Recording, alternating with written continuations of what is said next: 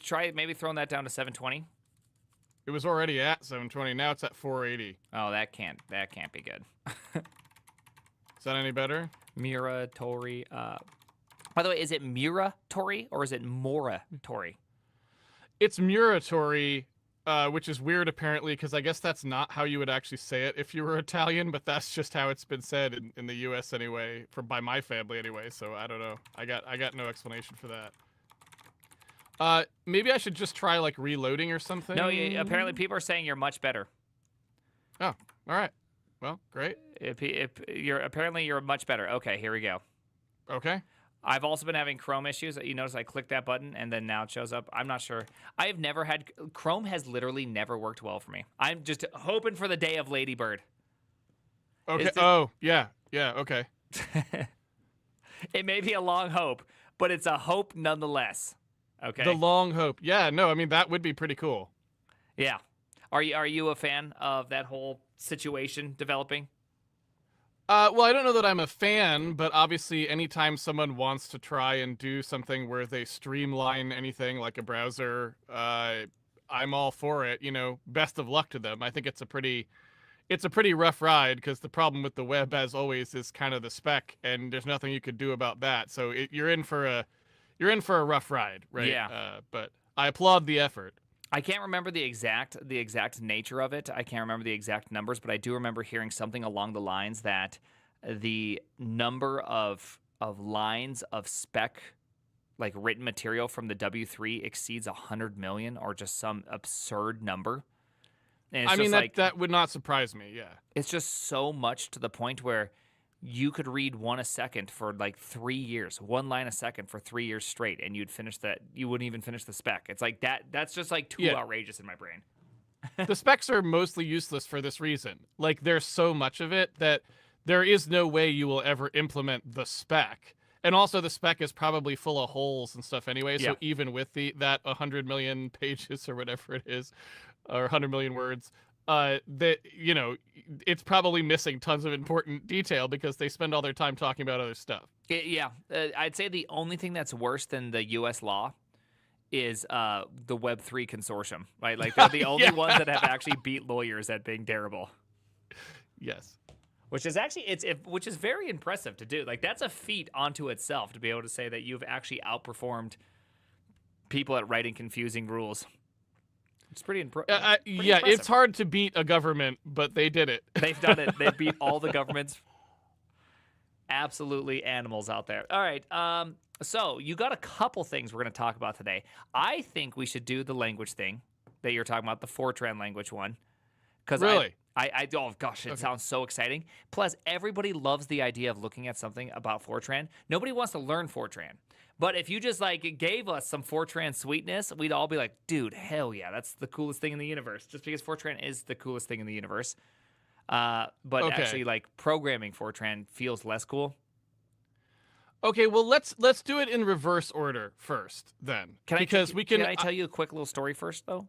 Absolutely. Do you know that when Fortran was created, there was that. It was either Fortran or people were starting to develop interpreted languages at that time. And the compiled languages also, but you had to write like a compiler specifically for every single machine out there at this time. They all had different bit widths and everything. And the big thing about Fortran is that the people who created it hated the fact that every compiled language, you would lose speed.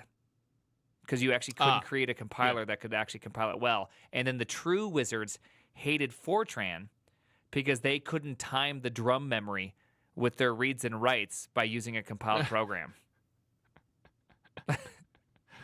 I mean, you know, you got to have some standards, Brian. You got to have standards, and if you're not timing your drum memory, what are you doing with your life? I don't know. I mean, I'm right there with them. Why'd you make a language that you couldn't time drum memory, I guess? Not that I know very much about those sorts of things. Drum memory was well out of everyday use by the time I started programming in 1983. You started programming in 1983? Yes. Wow. When I was 7. Damn. I wasn't even born yet. Most people on this stream probably weren't. Type 1 in the chat if you were born before 1983.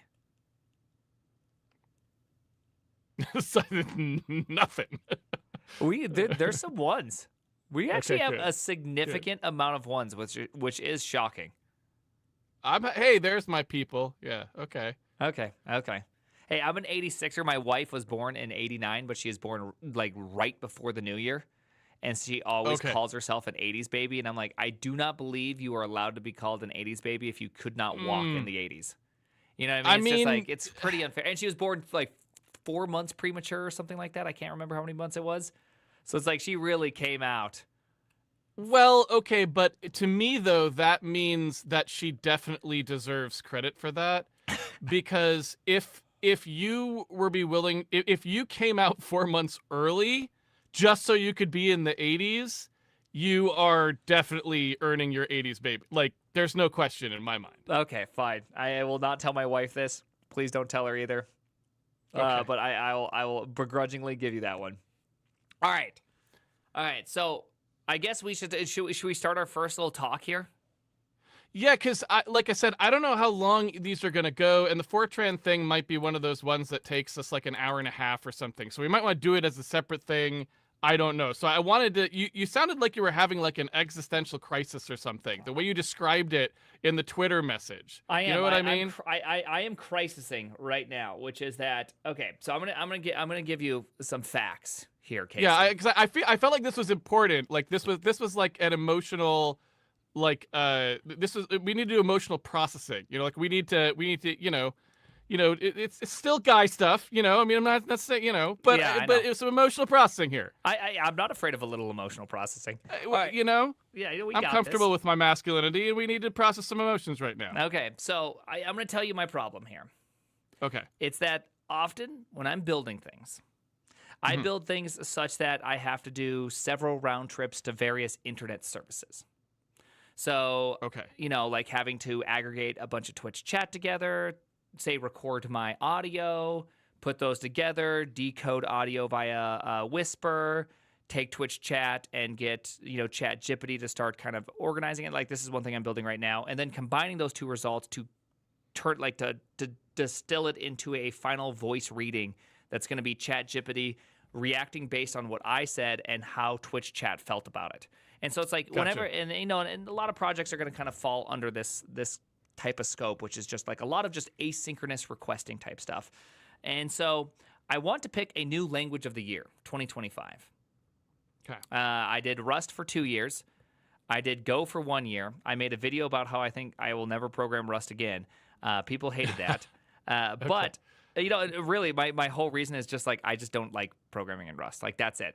All technicalities aside, when I see really nice Rust, I go, wow, that's really nice. That's like really cool. Like I love what you can do in it. I don't want to do it.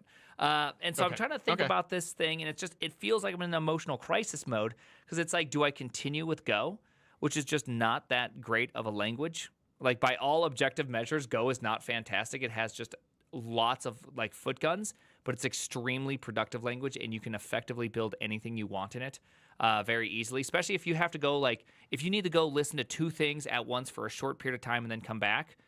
Green threads are fantastic, right? Because you're just like, go do your thing. And then when I say you're done, and we come back and we're all fantastic. It just feels really easy. And so I love the experience of a runtime because they just make that type of behavior super simple. And so it's like, do I continue with Go? Or do I explore a language that isn't Go? And I kind of feel like I need to master one meta programming language experience. Like I need to actually become good at macros of some sort. And so I've kind of been narrowing down Zig as the option because its macro system is comp time, which means it's just Zig that's executed at compile time to produce Zig. So it's not like it's not like what's called C-based preprocessor macro. So it's not like a separate language you're learning, or it's not like Rust's two different macro systems, both declarative and procedural, right? It's just one. It's just Zig. So it's just Zig that makes Zig if you want to go down the comp time. So you actually program something that looks like reflection, and then it compiles that from reflection, just generates the 3, 10, 18 functions that you actually used by calling a bunch of times. So it's a very interesting and compelling thing. Also, Odin. I think Ginger Bill's here. I think I saw Ginger Bill in the chat several times. Ginger Bill, awesome guy. And so Odin also, I believe, has metaprogramming as well. Sounds very exciting. Elixir has metaprogramming as well. All sound really, really good. And so I'm kind of just stuck in this idea of what do I choose to specialty in?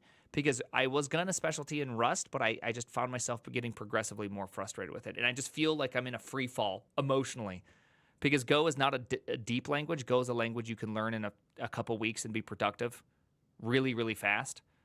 I just kind of miss the days of something that has a little bit more depth to it.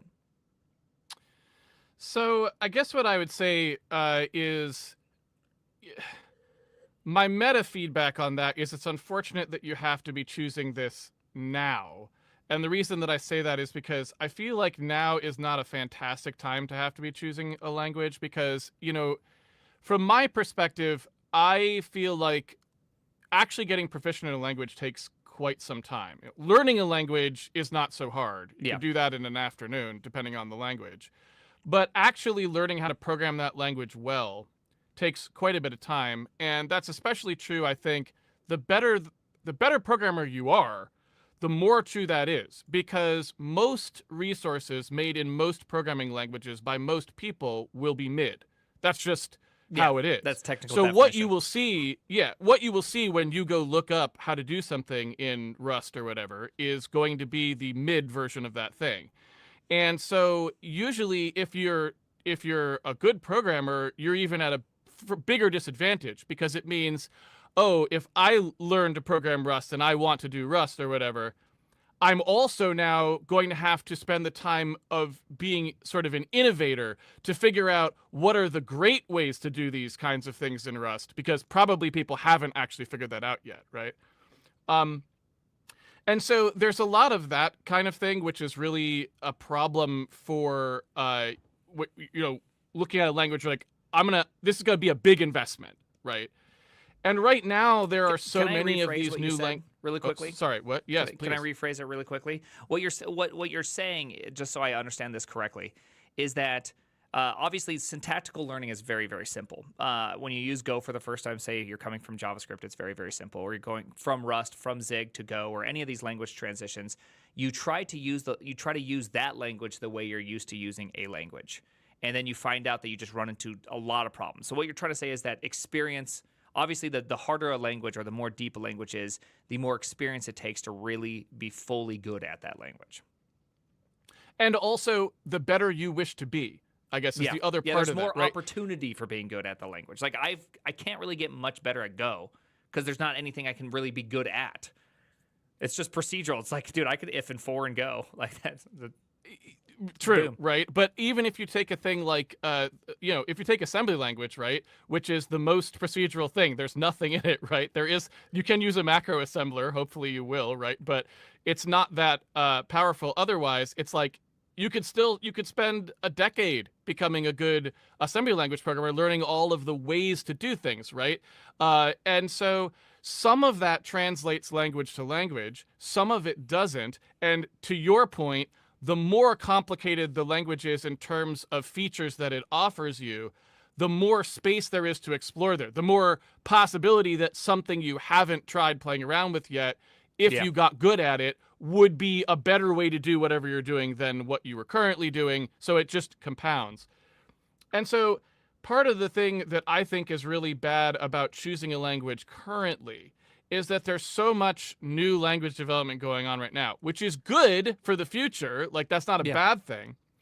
But it means that it's not a great time to make that choice. You don't really know where all these languages are going. You don't really know how good the tooling will be for each of them in the future. You don't know how widely they'll be adopted or if they'll be abandoned or whatever else, right?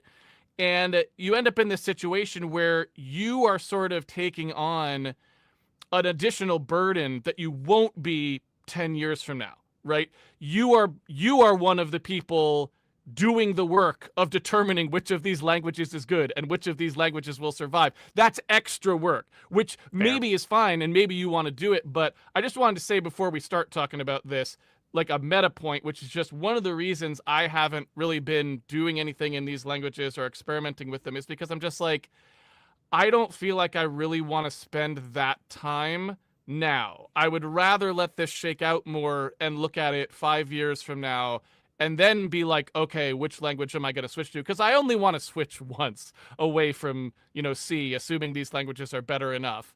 I don't want to be switching as you say, tired of it probably, right? Yeah, yeah. Because I did, a decade plus of having to build a lot of web apps, and so a lot of JavaScript, Java, C++, that kind of stuff. And so it's like I just wanted to freshen up. That's why the whole Go Rust Zig thing is just like looking to the future. What is going to be a very amazing experience? And obviously, Go, very great one to have in your tool bag. But I don't think you need an aggressively large amount of experience to be pretty dang good at it.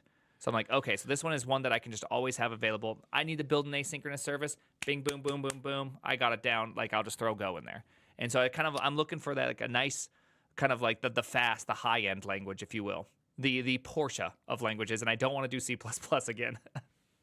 Yeah, well, that C++ is a terrible language, obviously, Terrible language. and I would never recommend anyone use it for anything, right? Like, C, I think is kind of remarkable in that you can still be very productive in C to this day. C++, I will never understand the people who defend it. I really don't. I'm sorry, everyone out there. I know there's people who will be so sad and mad at me for saying this, but I literally will never understand why anyone likes that language. It is so bad. It just has it has so many features and all of them are bad. Like they all don't quite do what you actually need them to do. And it's almost like a head scratcher. Like, how did you manage to add this many things to the language?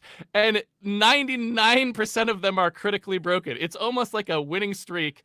Well, I guess it's a losing streak, an unbroken and Guinness record long language losing streak that they've been having for 30 years, and they just show no signs of breaking.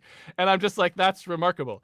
So yeah, no, I am 100% in support of just like, I think C and assembly language are two things I think everyone should learn. Assembly language, not to write, but just to read. And C to write, because I think it's sort of a mother language at this point. It's just good, and it's not hard, right? There's not a lot to see. You can learn it quickly. I think those are good languages to know, but C++ is just, it's useless. So I also have a rule that if you can't read the standard library, I'm highly suspicious of the language. Right? Like, yes, that's just one of my things, is that if I go to definition and I can't just go, oh yeah, there's some things I will never understand about like extra, whatever they put those things up, directives on the top of stuff that are just like, they're highly optimized. I get it. I won't understand all the things, but this is insane. Like when you look at the standard definition of anything inside C++, it's like, I cannot read this code. I don't know what's happening or why it's happening, but it's actually just, it's bonkers. So, I guess what I would say is, from your perspective, then you're saying, I just want to make sure I got this right. So from your perspective, you are like, I need to choose a language for next year. So I don't have the luxury of waiting around or just being a dilettante in a few languages for a year. It's like, I want to actually pick a language for next year. This is a requirement, and I'm going to program fairly seriously in that language, and that's just what's happening. So the hand is forced. Let me say it this way, is that due to my quote-unquote content creation status, I want to investigate a language in a more thorough manner, and then kind of explain how it makes me feel at the end of the whole thing. Like I said, I did multiple years in Rust and then quit it for a while and then went back and went, yeah, I still feel like, I don't think this is just like, I'm sure there's a great use case for Rust that does exist that's just absolutely phenomenal. And I'm sure a lot of things with operating systems and security and all that probably warrant having such a harder language maybe. You could probably convince me or sell me on those kind of things. I'm just saying, hey, you can sell me on memory safety on these kind of things. But it's just like, it's just something I find zero joy in. And I think that's a very important part of programming, is also just liking the thing itself. And so it's like, okay, there's something there. I just like Go. I think it's I think it's the worst language ever.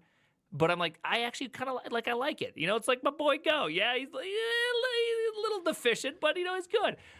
Even JavaScript. I hate the language, but I'm like, you can get a lot of stuff done in JavaScript. Well, that was part of the thing I was going to ask too about that, is that like one of the problems with a lot of these new languages is their use cases are not your use case either, right? Like most of what the people who are working on these languages are thinking about is not, how do I aggregate a bunch of web services together to do stuff, which is what you're saying is going to be a core requirement. And so, I mean, I'm sure they all have, curl equivalent crap in them, right? And presumably a JSON parser or something. But I guess, I mean, will they will they be as good as Go for that kind of thing? And the answer is like, that part I don't really know, because maybe they are, maybe, but maybe they're not, because Go, that's all they were doing with that. You know what Yeah, I mean? Like that's that seems Go's like all it's purpose. for, Yeah, right? Yeah. Um, so I do think that part is a risk, and maybe one thing you could do is check out that part. Maybe do a little round robin of like, how good is the web services part of these languages? Like how much, it's not really a language thing so much, but like the standard library or what libraries are available. Uh, do those look robust enough? Or am I going to spend, is your whole next year going to be like, I had to rewrite the HTTPS layer for, whatever the language is I picked? That's not going to be a fun time. I mean, maybe it is, but that's a thing. The yeah, other thing I was going to mention is if metaprogramming is something that interests you, unfortunately, that does mean probably get on the JAI beta. I mean, they've had the most impressive metaprogramming stuff I've seen consistently by far. And so it feels like if metaprogramming is your thing, you're going to want JAI. That's kind of just how it is. So I don't know. That might be what you would want. I don't know. I did make some tweets about kind of just like this language conundrum I'm in, and Jay Blow did send me an email saying if I want in, I can get in. He just wants to make sure it's somebody that's going to use the language that gets in, and so it's like I want to use it, but I know it's also very game oriented, and so I also want to make sure it's a language that I mean I do actually want to write some games this year. Like that would be the whole point, is to try to figure out something really wild to write in it. And so maybe that is a good one. So they have a really good metaprogramming side to it. I mean, at the risk of pissing off some people who will probably complain about like no Nim had it or so, like there's people who will get mad at me saying this, but basically, as far as I'm concerned, JAI basically like John invented modern metaprogramming. Like the system he designed is what most languages now have a not as good copy of. So basically, like, and that includes C++'s, like, they have, like, Circle and those sorts of things that they were doing. But, like, John was kind of a trailblazer there, going, like, how do we actually make it so that this works robustly so that you can actually have, recursive metaprogramming happening, so your metaprograms can, continue to generate things which then feed back into the language properly and all that sort of stuff. And it was really impressive what he did. And so he was kind of first out of that. And I have not seen anyone take it as seriously as he's taken it still, which is not to be a knock on the other languages that have it, because I think it's good for languages to have these things. But if you're talking about metaprogramming, I still have not seen anyone take it as seriously as JAI has. It's a very powerful metaprogramming system. And, that's probably where you would want to start if that's what you were looking at. Right? Yeah, because that's kind of one of my things is I want a language that could be very useful in the next 10 years, and I also want metaprogramming. I would try it. I would try it. And I think another reason that might be good is because it might be nice for them to get feedback on web use cases more.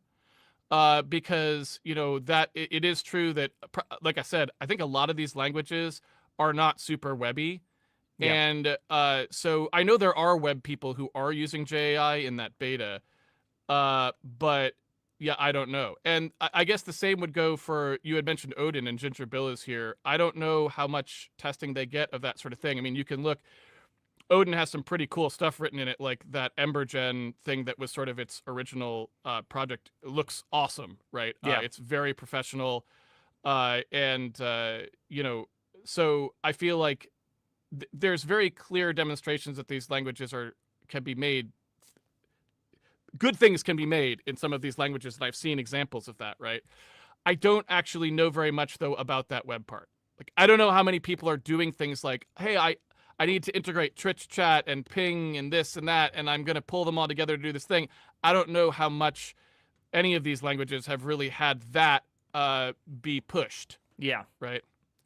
Yeah, so I think that's probably fair in any of these. And I also know that I'm slightly barking up the wrong tree. It's just that I like this tree particular, because I did, one of my early times in programming, my first couple years were spent programming C, and I just really enjoyed that time. I always enjoyed the experience of programming C, even though it was obviously very easy to feel confident and then to unfeel confident and realize you know nothing often. As simple as the language was, it was also extremely difficult. And so it was a I always enjoyed that. And I always kind of looked back on that as like a really great time. And so I've been wanting to kind of find the next one where I can really do that. And I was really hoping Rust, honestly, I just really hoped that Rust was going to be that. And then I just realized I just did not. It was not that. And so I talked to Ginger too, and he of course, as people tell me, he's the first person to tell you shouldn't use his language because it doesn't quite meet his like high expectation of exactly what should be done for you. And so he's always like, well, the HTTP stuff is not quite 100% ready. You still have to use third-party modules, so I don't think you should use it because we haven't adopted the official, on-brand HTTP stuff. And so it's just like, well, yeah, okay, maybe I hear you, but that's also good that there's third-party stuff. Like third-party is not a bad, is a good sign as well. Well, I actually really appreciate that approach. Bill's approach is very refreshing, right? And it makes it easy to support his language too, because you don't constantly have 800,000 Odin people in your feed complaining that you didn't use Odin, because they just took a nice approach, which is like, we're not going to oversell this. Like, we're going to keep working on it. And right. I hate the overselling. The reason I hate it so much is because it's where C++ came from. C++ was basically a language where, you had a guy, Bjarne Stroustrup, who was very motivated to have his language be adopted, to the point where there are actually anecdotes of like some of the people originally involved in working on C back at Bell Labs were like, we don't think this is very good. There's a bunch of things about this that, and he was like angry with them. And it's like, this will hurt the adoption of C++ if you say these things. Like, don't say these things, right? Having adoption as a goal and pushing adoption, while that may be necessary at some point when your language is really good, doing it early is how we got C++, and that's just bad. Like, stop overselling. And so when if I hear a language designer out there or members of a language community pushing something, and I've looked at that language and I know it's not very good yet, right? I get pretty grumpy about that. And I kind of understand why they're doing it, because I know that, sometimes you need momentum for this project. If you're relying on like open source contributions or something, you need to get people involved in it or it won't go. But at the same time, it's like, that is a very bad thing, because when you prioritize adoption like that, what you'll probably end up with is a bad language that is widely used. That's what we got with C++, and that was really bad. And so I like the approach that Bill took with Odin, of not pushing it aggressively, not overselling it, not going out there and just saying whatever it takes to try and get people to use it, and also not being delusional about the language. I've seen a lot of that where people make claims about a language that aren't true because they're overzealous about it, and that's bad too. JAI, same thing. John was like, this is staying closed source for a while. We're doing beta for a while until I am sure that this is good and solid, because it's going to start, like, once it starts getting adopted, you get lock-in, you have to start prioritizing other things, and like, I don't want that. I love those approaches. I think they're going to result in better languages in the long run, so I have positive things to say about them. But yeah, so that said, I just don't know how good they are at things like web yet. And so that would be an interesting thing for you to assess, because you are exactly the programmer who could probably assess something like that. That's like your bread and butter. And you would know, like, this isn't done very well here. Maybe can we do something better? That would be a very interesting thing. I would like to see that personally. Yeah. Oh, I just feel like it's just fun to, like, I get the opportunity to explore these things. So I might as well explore a language that has, high potential and still is in its more early times. That's why, Zig, again, is very appealing, is because, it's been adopted by Bun now. So Bun obviously runs a lot of JavaScript, Ghosty, Tiger Beetle. There's some other bigger ones that I'm forgetting right now, but those are like pretty dang big projects, and they all speak extremely highly of Zig. And so it's like, okay, I could see this being a very exciting thing to work in then. Yeah, I mean, having looked at Zig a couple times because people pointed to it, I'm not sure what, like, I don't really see a lot of the bonus there, but maybe that's just because I'm coming from having looked at a bunch of these languages and gone, like, what's the current status? I feel like it's good if you're coming from, if what you were looking for was C again, then it seems like I can understand maybe the choice, right? It's like, well, I don't really want to go C++, so I'm looking for something that's just a C extension, right, or something like that. I don't know. but a lot of the stuff is just like it's way too much typing for what it does. And so I was not, I was like, I don't really get it. I don't, and a lot of the choices, like the error handling choices stuff, I don't know. All I can say is I was like, I don't really get it. I don't get this one. Which is not to say that maybe it works for other people. Like maybe they're like, thumbs up on that.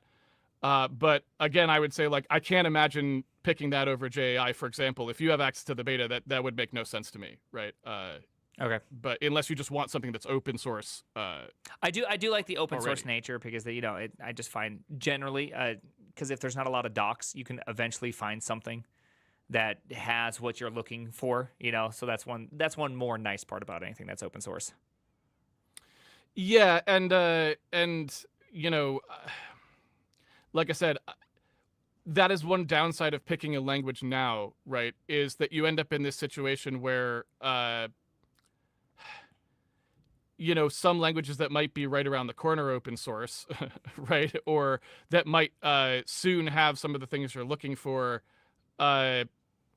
you don't know which ones they're going to be, right? And so that part, I just don't know.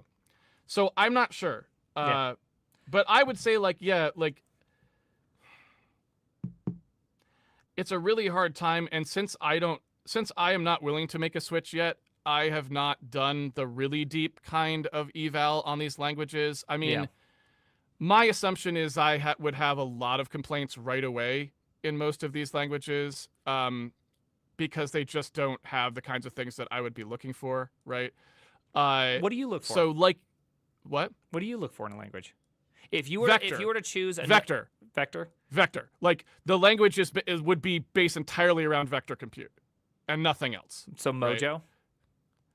No, that's not based on vector. That's based on writing non-vector code that vectorizes, right? Okay. So I would want a language that was just like I would almost want CUDA, right? I want the normal the non-GPU version of CUDA, right? That's what I want. I don't really want sort of single lane programming. Is just not. I don't see that as being very useful anymore, right? Okay. And I by think the way, that's something Zig does pretty well. They have a vector built in. That they have this whole idea that you can just kind of walk through everything, built in the type, the width, how many you want in there, all that kind of stuff. Well, most languages have that kind of vector. That's not what I mean by vector. Okay. Right? Vector programming is when you have a very good language for describing things scalar that are automatically vector. Okay. Right? And this is a difficult thing to do properly, right? I think Odin does have something like this. I feel like that had been added to Odin. I can't remember. But it's one of those things where most languages are not designed around it. Right? Does that make sense? It's an afterthought. It's like a vector type that you then use to do something, and it doesn't really capture what vector programming looks like, right? Okay. So. All right. Well, these are all good things for me to think on. I'll go back and I'll sit down and I'll just do this. I did peruse a little bit of the Odin docs, and I really do like the for loops. I got to the for loops, just kind of like looking at the basic language of it, and I was like, oh, okay, this is very nice. They did a very good job on that. I enjoy this, and the syntax just looks very pleasant or easy to use. Right? I'm just gonna be real here. The only reason why I'm not considering a functional programming language, because if I were to choose one, it'd probably be OCaml. Because OCaml has the type system of Rust with just none of the other things of Rust. And so it's just like, oh, I like this. I like that Hindley-Milner type system, whatever it is. The ability to do like tagged unions and all that and being able to infer really greatly. Like there's a lot of really cool things about the language. It's just I find functional syntax to be, maybe I just need more time in it. Maybe that's my big problem is I just don't do it enough to really love it. Is OCaml support non-garbage collected usage yet? No, it's still garbage collected, but they have really clever things coming out in the new ones where you can like say certain properties about your function, and it will treat your function in a way that that starts allocating on the stack as opposed to everything. Okay. Like your traditional garbage collected language. So I think I don't know how it exactly works, but it seems really clever what you can do. Well, I mean, yeah, maybe they've got that under control. I don't know. Functional programming to me, I don't love because, computers aren't that way. And so I kind of like, I don't necessarily like coming at it from that way originally, but I do like, I mean, I can see the appeal of writing certain types of code that way, right? So I'm Yeah. not against it or anything, but it is a bit weird as your fundamental paradigm because it's kind of a mismatch at some level. But I haven't ever tried doing much programming in OCaml, although I did look at it quite some time ago. And the fact that it was heavily reliant on garbage collection was never great. But that probably has improved quite a bit in the 15 years since I Yeah. looked at OCaml, right? But yeah. Apparently, modern OCaml is very, very good. I've dabbled in it a few times now, and every time I do it, I go, I could like this language. I could like, and I think my biggest problem with functional languages is that right after you do that, I think you have to start writing white papers and never actually accomplish anything again. And so I've always been very worried about that dive into functional programming. And then I had to start wearing tie-dye T-shirts, and you have to start talking about memory and peer functions and all that constantly. Yeah, I mean, it might be that what will happen is if you decide to do this next year in OCaml, you go back to school and become like Professor Primogen, Yeah. and all you do for the rest of your life is like talk about, exactly how to represent things in the lambda calculus or whatever, right? And that's it. Yeah. We never hear from you again. I just got sucked into the monoid land, and there it goes. I'm gone forever. Okay, so I don't know if you ever answered. What is like the thing that you look for if you were to ever choose something different? Because you just do C. So is it all just vector, just optimizing for that, or is there anything else that could pull you away? It'd be pretty tough because as it is right now, when I'm programming, I have sort of my own like little meta layer that runs first that kind of cleans up some of the C things that I don't love. And the next step that I would want to take there is just having my own, like I said, language that was geared towards exactly the way I think about vector stuff, right? So I'd want it vector and multi-core. I would want it exactly the way that I do it, right? And that's a pretty big step for me to take. Like, I would basically be inventing my own language at that point if I decided to go that route. So I haven't done that, and I don't know that I ever will do that. But that would be the thing that would convince me that it's time for me to switch to a new language. And it's possible, I don't know, but it's possible that JAI's metaprogramming is already such that I could just write that. I might just be able to write that in their metaprogramming language and call it a day, because their metaprogramming language is very good. So I'm, I don't know. Maybe that's a route I go in the future. I'm not sure. But in terms of what I look for, I would really want to see that, because that would be a motivator for me to switch.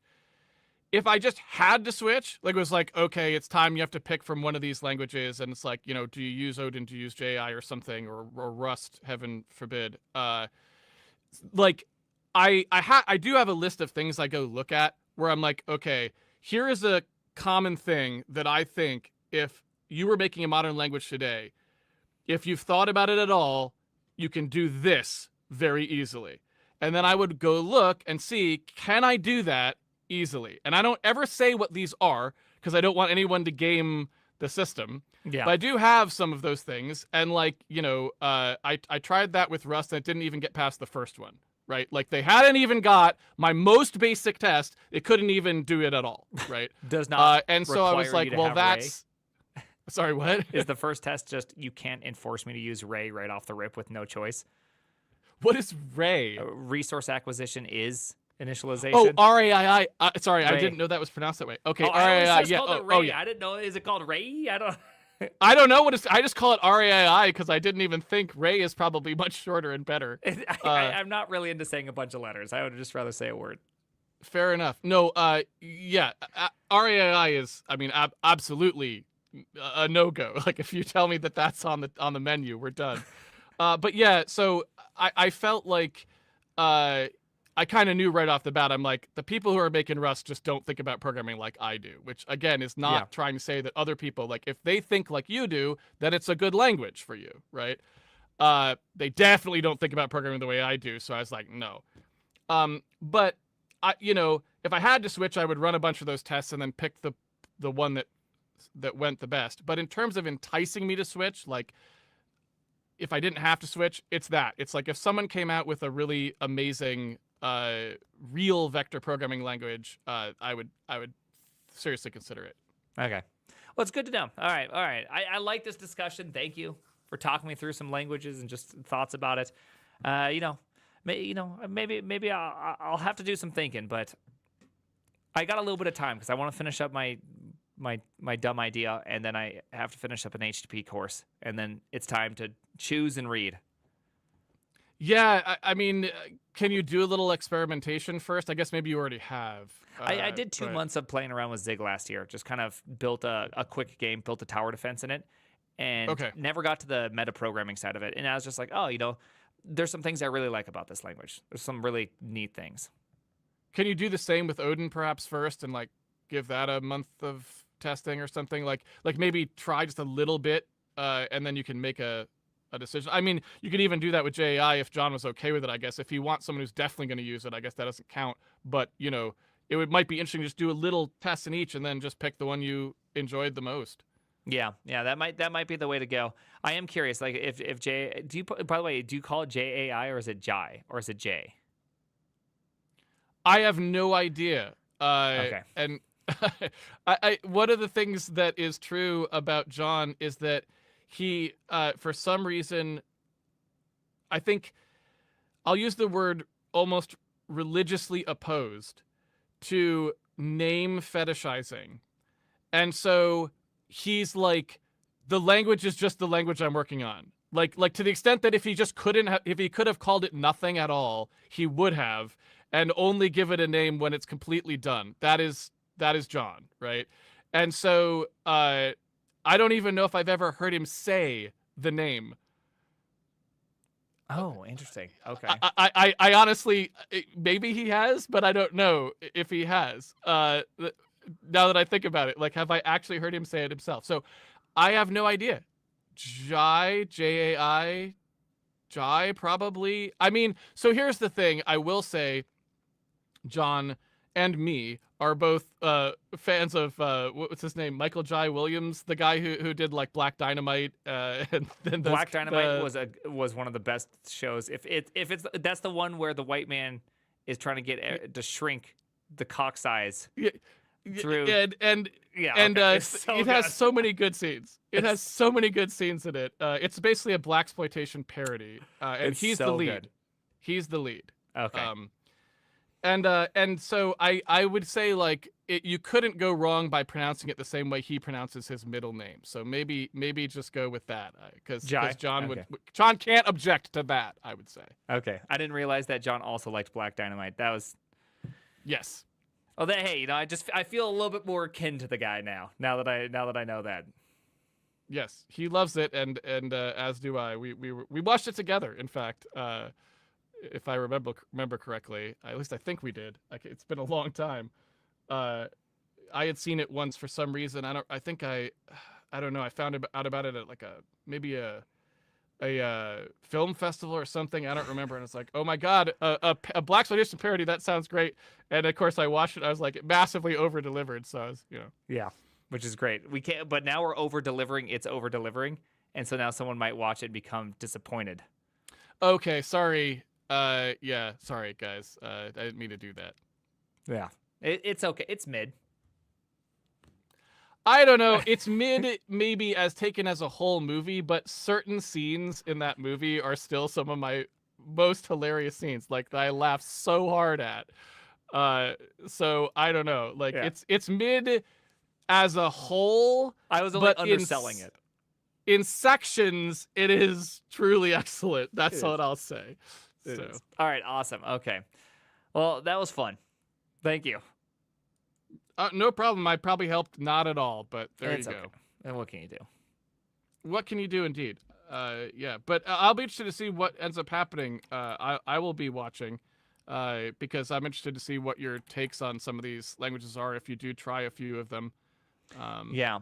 I really do want metaprogramming. And so I am not sure Odin's support for metaprogramming. I don't think it has any because Odin, every time, my general perception of Odin is that it's like you want a language that's simple. Odin is designed to just like be the language that you just write the thing you need to do in, right? It sounds like you got to try JAI then, man. I don't know. I think you should do it because if metaprogramming is your thing, So I want to try it because I've only done it in like little light like sprinkles. You know what I mean? I've never like Yeah. done it as an active thing. I can't reach to it as a problem solving mechanism. Well, just like pattern matching, there's a lot of like when you do pattern matching enough, there's like all these ways in which you can solve a problem that I just simply Yeah. don't have that like I just don't even have that muscle. Like I don't even look at a problem and go, oh, actually, if you go like this, boom, super simple to actually it'll just take like it takes nothing to solve Right. that problem. I just don't even have that in my head. You know? I mean, are there any other languages at all that have the equivalent of JAI's message loop compilation model? I haven't looked at into any of it at all. So I have no idea anything about. So I mean, like, for example, as far as I know, JAI is the only language of the modern set that people typically talk about. I'm sure there are languages somewhere, right? You could always find some research language somewhere that does the thing, right? But it's the only one that has an actual message loop model for metaprogramming. So basically, like, as you can generate metaprograms which feed back into the metaprogram, so you actually have like a control loop that actually allows the compiler to talk to you as it compiles, so that you can do like fully advanced metaprogramming that doesn't require any declare anywhere, any like forward declaration or any of that sort of stuff. It's perfectly streamlined with the actual regular compilation and build process. So you can control all of the build inside the metaprogram and have the metacode do build steps and it's really impressive how far they have taken it. And so it kind of feels to me like if you're like, I want to do metaprogramming, that's the thing I'm most interested in playing around with, it feels like you got to go JAI, because I just have not seen anyone else. Everyone else does the minimum thing, right? Yeah. They do like, yeah, we can run some code at compile time. Okay. And, that was copying the original JAI stuff, I think, because he showed that, 12 years ago or whatever in that video. But they're way further down the line now on that than JAI is anyway. So I feel like it's the metaprogramming place to be if that's what you're going to do, I would think. That'd be my guess. Yeah. Someone said my mind almost broke when I was trying to write Rust or macros in Rust. And it's like, yeah, I understand. Yeah, Because that's a whole different language / how you kind of work around. I don't want an alternative language. Like, I like the idea that, like, when you're writing a language, you can also write it in the meta side of things. It's not like you have to have these kind of weird, like, islands that exist. Like, even declarative macros in Rust, you have to just learn a wholly different little bit of syntax. I was just like, why? Why do I have to learn these two things? Like, why can't I just use a for loop if I want to do a loop over something? Like, you should just make that a thing, and then it just does the thing when it compiles, Well, that one I'm sure you can get in most places, though, right? Like that, just if all you want is just the version where I just want to be able to do the compile time execution, yeah, maybe not Odin because they're like, we're not doing metaprogramming. But I imagine most other languages, I guess maybe not Rust, which is unfortunate. But I feel like most people who support metaprogramming, even C++'s new one is that way, right?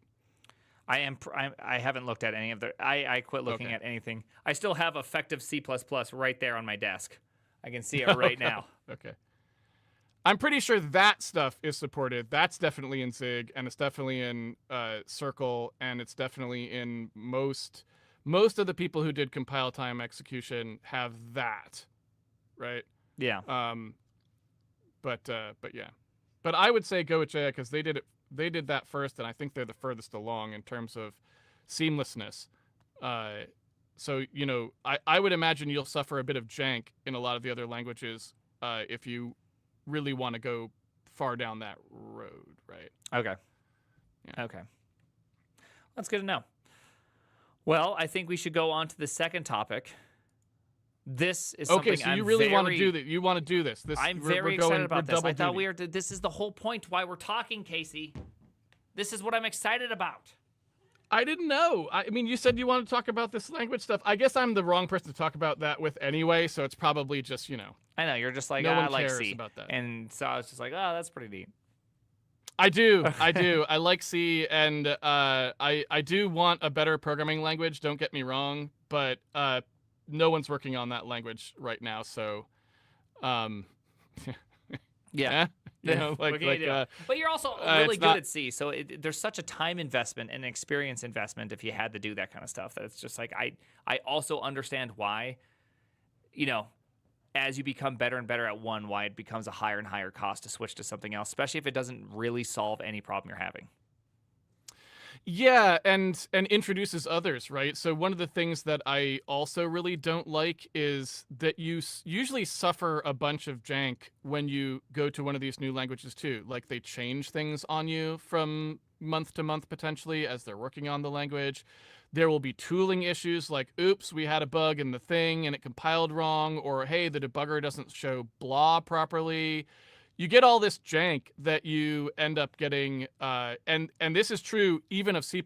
Like if you were an early adopter of some of the like C++ features that were coming out, like templates, when they first were introduced, nothing worked. Like everything was completely broken. The debugger couldn't display them properly. You ended up with compilers having internal compiler errors all over the place. Literally, like, you know, I'd try to build something with a template and it would just fail because there were just bugs in compilers at that time for doing that sort of stuff.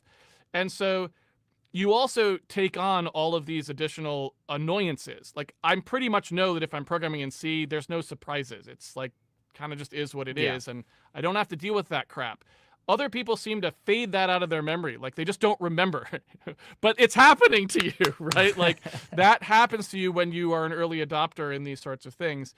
And I don't like that. I want to focus on programming. I don't want to deal with your tools or debugging your language or having to file PRs because something in your language is broken. And I don't want to do that. I want to do other things with my time. And so that's another price you pay as an early adopter.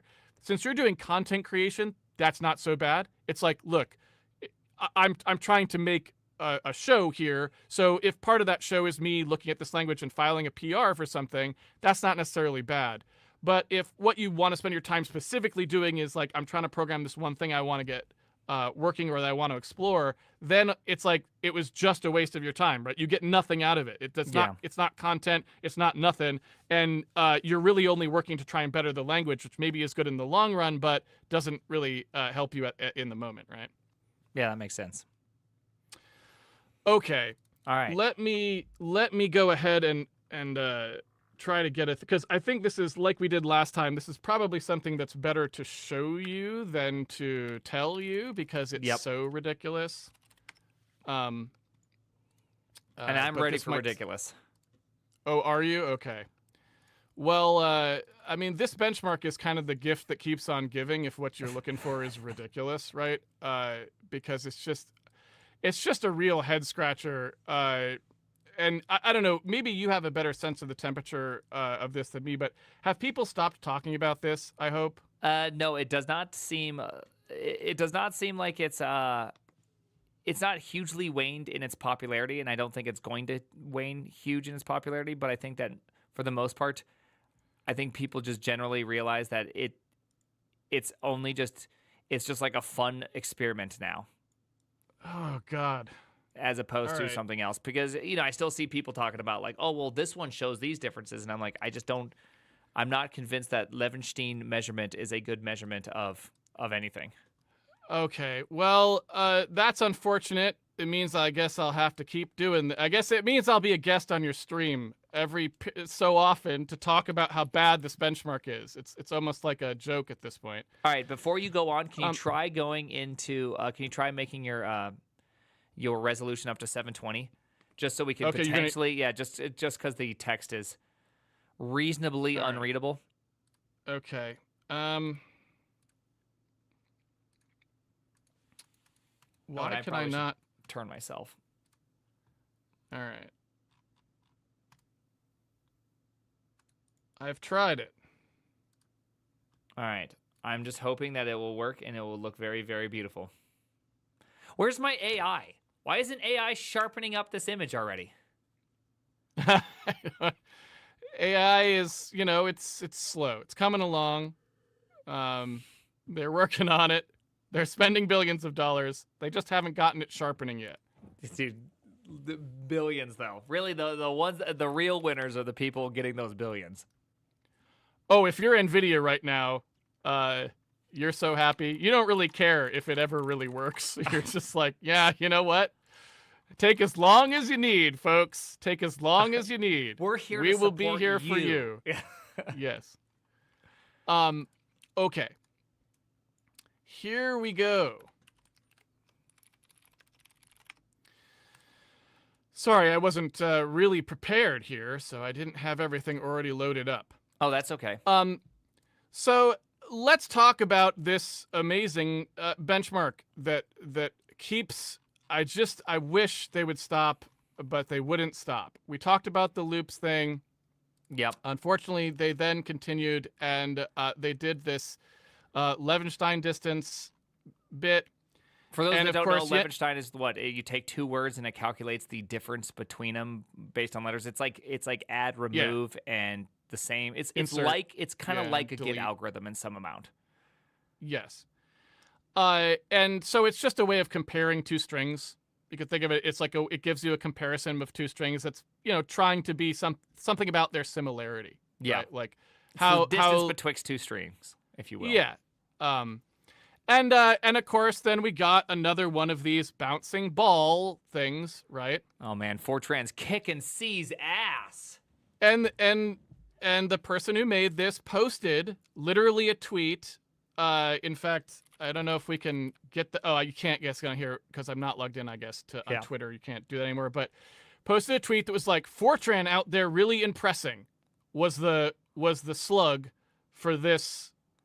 I guess I'll call it a graph, but that's being charitable, right? This thing, whatever this is.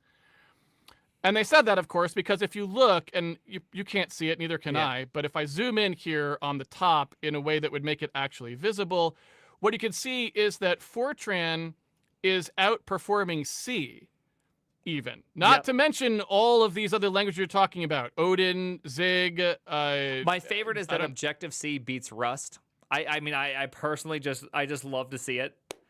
Rust, obviously, and not by a little, right? Fortran is crushing these languages, right? It's like, Ginger Bill, what were you doing? Why does it take 10 milliseconds longer to run this in Odin than it does in Fortran, which has been around since the 70s, right? 57, if I'm not mistaken. 60s, sorry. Yeah, 60s. What's going on? You guys just don't know how to program, all of you people in the bottom of the list, right? That's obviously what's going on. And that's the problem because, again, that I'm saying that in jest, obviously, but people believe that. Like, when you tweet stuff like this, when you do a benchmark like this that's done very poorly, and then you tweet something like this, people don't take it with a grain of salt. They literally think this means that Zig is half the speed of Fortran. Yeah, that's what they think when they see get this. hit with that. That's what they think, right? I guarantee you that there's a bunch of people who are like, "Oh wow, if I took my Zig code and rewrote it in Fortran, it would be twice as fast." Is what they're thinking in their head. Yeah, which is also a really hilarious tweet to be like, "Why choose Zig when you could just choose Fortran and get double the speed?" Right? And so at that point, it's creating a real problem. It's creating a real misperception. This is not a harmless thing to get traction. If this was just someone tweeting into the void, that would be fine. But for some reason, people are paying attention to this. I really don't know why. I guess just because it feeds into their ability to make their own stuff or make their own quick comments without looking into things further. So it's unfortunate. But as a result, this is a very damaging thing that has happened because these graphs are out there and people are that is an inference that they are making about these languages. I randomly picked Zig in that case, but obviously it's true for all of these, right? Yeah. It's true for any of the ones that are up on here. And there are some languages down at the bottom, like Ruby and Python and stuff, that are going way, way slower. So maybe you're not making a real comparison between those two. Like maybe people aren't comparing the bottom of the list to the top so often. But tons of people are looking at this top list and going, oh, wow, yeah, like Fortran, twice as fast as all of these languages, twice as fast as Go. It must be the garbage collector, right? They're making all of these statements, but no one's looking, right? No one's actually looking to see why. And we showed that on the last time when that really bad part of this benchmark, the loops test in this benchmark, I was kind of trying to give people some perspective on why that was such a bad benchmark. well, here's the Levenstein distance one. Let's talk about why this is such a bad benchmark. Well, there's a number of reasons why it's a bad benchmark that are subtle, like the last time, but let's just start with one that's not so subtle, which is why Fortran is performing so well on this benchmark relative to languages even like C. That's a significant difference. That's over 10% speed difference, even than C, let alone these other languages. Zig should just be compiling like C, right? Know, like, so really, why? yes. C, Rust, right? Odin, Zig. I would just assume they all should I would have theoretically too. behave the same, especially since I think they all have LLVM anyways, right? Like They're should all using theoretically be LLVM the same. backend. So what's going on here, right? Like, I don't reliably think it's good. So Fortran, let's just take just the It's reason cheating. That's why is Fortran? Sorry, what? It's cheating. Obviously, Fortran's somehow skirting around work. Well, that's one way to say it, but let's take a closer look at what's going on here, because saying that might be generous, let's say.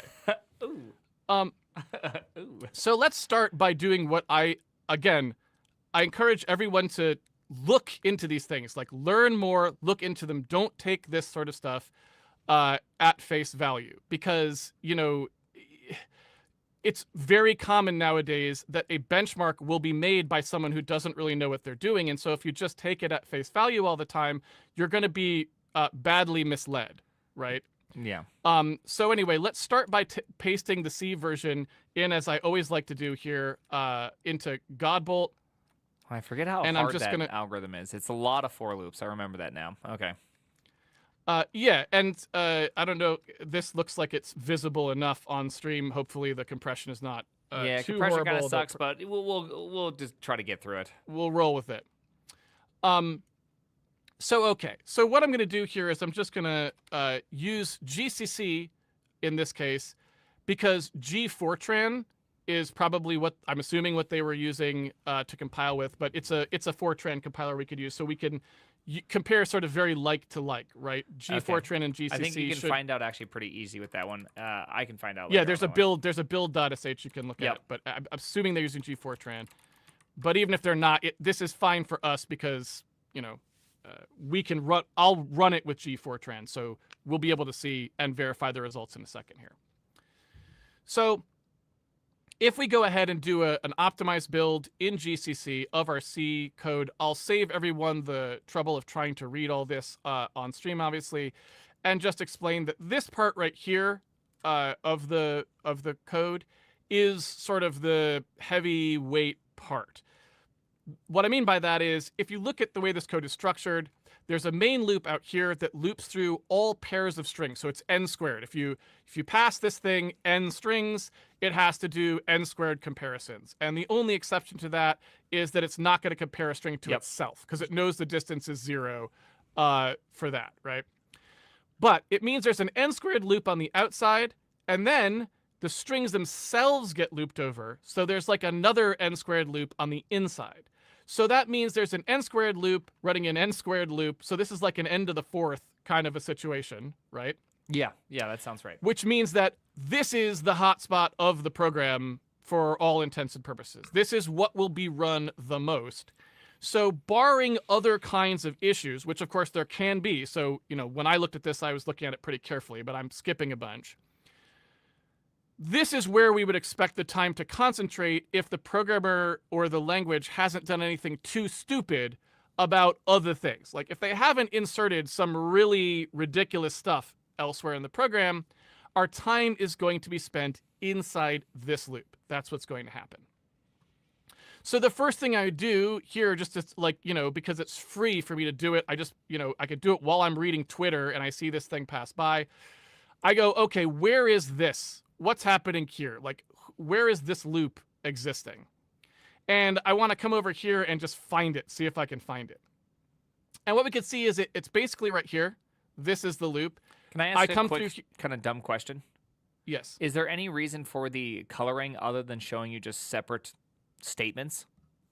It corresponds the two together to a certain extent, right? So do you see how that's green and this is green? Yeah, I was That's wondering, is because there like a this, reason? Is there like a certain type of statement that always gets highlighted green versus a certain type of statement that always gets highlighted red? Or is this always just, because I just have always just looked at it as random colors. So I just wasn't sure if it it's just trying to it disambiguate for your eyes. it corresponds side to side. Okay. Okay. So it's just for you to be able to help look into this graph just to make sure. Yeah, Or so the like when difference. I'm hovering over, you'll notice it's like it highlights that is this code is for this, right? Or whatever. That's what the highlighting is supposed to be telling you. That's what the color is to correspond. Like this corresponds to this, right? So they're both tan. Mm-hmm. That's it. Okay. That's all it's trying to do. Okay. I wasn't sure if there's also like some sort of grouping of instructions also that infer some of these colors. Like, oh, when it's green, you know it's this. If it's red, you know it might mean this. But okay, that's fine. No, it's just I wanted side make to sure I side. understood it. Okay. Just side to side, as far as I know. I mean, someone correct me if I'm wrong about that, but I didn't think there was any other rhyme or reason to the color, like, oh, it'll prefer tan if it's a declaration of a constant or something. Okay. That I don't know.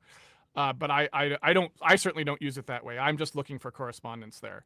But I usually also just highlight like this, so you can just quickly see like what does it correspond to. And that's not always accurate, but at least because in an optimized build it's not always accurate. In an unoptimized build it is, but in an optimized build it's not. So when we are looking at it, this is that internal loop, this most innermost part here, right? Is this code right here. So, we don't really need to walk through to know what it does. If you don't know assembly language, you won't necessarily know what that does. But I'm looking at that and going like, okay, does that look reasonable to me? Yes, it does. And you'll notice that even though, just pointing out, compilers are good these days, right? This is using a function called min. That function is actually defined up here. Yeah. And it's basically saying, look, start with A. If B is less than that, then pick B. If C is less than either of those two, whichever one was lower, then pick C, right? Standard ternary min right here, like A, B, and C. It's basically saying like, okay, pick the lesser of those with some if statements, right? And what you'll notice is was not declared inline, but the compiler completely inlined it. There's no call here, right? And also, you'll notice no branches. So it looked at that and goes, oh, you know what? I should branch free that. And so what it does instead is just use conditional moves. It does the comparison, but then instead of branching around the assignment, it just does a conditional move so that it doesn't have to have any branches either. So GCC correctly inlines, correctly removes the branches. You are good to go. This looks pretty good to me. So how is Fortran? What is the Fortran code doing, Prime, that's going to beat this? Did they have some kind of amazing vectorizer? Like, this is very concise code. I didn't spend a lot of time figuring out if I could shave a cycle or two off it, but it is not bad. And the Fortran code is outperforming the C code by a lot, right? Not to mention Zig and Odin and those other languages that were way worse, right? So what is the Fortran code doing here? I don't know, but I'm excited. Right? So let's take one more step here and say, okay, let's add the Fortran code. Oops, I didn't want to do that. Okay, good. We're still here. Sorry, Nice. I accidentally clicked the wrong button. We're still here. Here's that code that we're talking about. Let's add the Fortran code and see what it's doing. So I need source editor, and we'll put that down here. And I'll switch this to G-Fortran, which I believe is supported by this, does it? Or Fortran? Maybe not. Wait, I was able to do this before. I know there is a Fortran. Oh, I know why. This is in the wrong language. Yeah. I need to add a different language. How do I switch the language? It's this there. I'm like, what the heck? Fortran, there it is. Fortran. It was correctly giving you proper compilers. I mean, it's never Godbolt. It's only going to be me, right? Yep. This is, the tool of champions. Well, you can tell So- that a champion built this because what is the only two options for editor? Standard, notepad operation, and Vim, right? Like you can tell the mana class. It's a mana class right here. What would they say? Vim Master Race or something? I don't know. Yeah, there's Vim Master probably Race. There you go. You got yeah, it. You got it. Okay. All right. So do I have? Let me see if I've got this set up right. I seem to have. I've definitely ruined something. There's my C source, but I lost one of my compilers. So let's add new compiler here and try to get that back. Sorry, No, it's looking good. I see everything you're doing. It's looking right. Operator error, right? But I just want both of these up at the same time so that you can see them both, right? Okay. So I'm going to do an O3 build in both G4tran versus GCC here. Like I'll scroll down again to our little friendly piece of code here. Yep, you can see the inline right there in the gray. There it is. And maybe I'll try to do this slightly differently, I guess, in terms of the way the windows are set up. Maybe because we want this to be fairly large. Maybe what I'll do is I'll just put this below this, so that the compiler, the source is the compiled version is below, so that we can have that be big. Because once we find the location, all we really need to look at is that code gen to see what it's doing, right? So let's take a look at the Fortran version now. Again, I have to kind of go grab it here from the Fortran version. Is there a wait? Let's open that Notepad++, I guess. The Lord's editor. By the way, Fortran, pretty nice looking languages these days. You know, it looks pretty simple. Yeah. I had to do a lot of Fortran back in the day when you couldn't use the first 7 columns, and so like. Oh, really? Is that? Yeah, older Fortran was a really horrifying language. I mean, it looks like you could use that. You could be productive in that if you want to. Well, unsurprisingly, Fortran pretty much looks exactly like the C code too, right? So there's nothing much going on here. If I pull this back down for a second here, you can see same exact thing. Yeah, you got a 4.4 and a do-do, I think is what they have, yep, right? and a do-do. You know, nothing. Whoa, it's just a little do-do, in the code there. So let's try and find where it's actually doing this, right? Let's try and find the place that actually compiled to, where it's doing this interior part, like the min here, right? To see what is it doing? Like, what's it doing differently that's so amazing? And I wish I had not quite expanded it out there, because I need to be able to find this part, which is harder to do on stream than you would think. Yeah, but anytime you need to do something in front of people, it always gets twice as hard. It always is, right? It should be right around here, and it should have very similar structure, right? There it is. There it is, right there. Okay, found it. There's the conditional moves. You can see them, so they're avoiding the branching.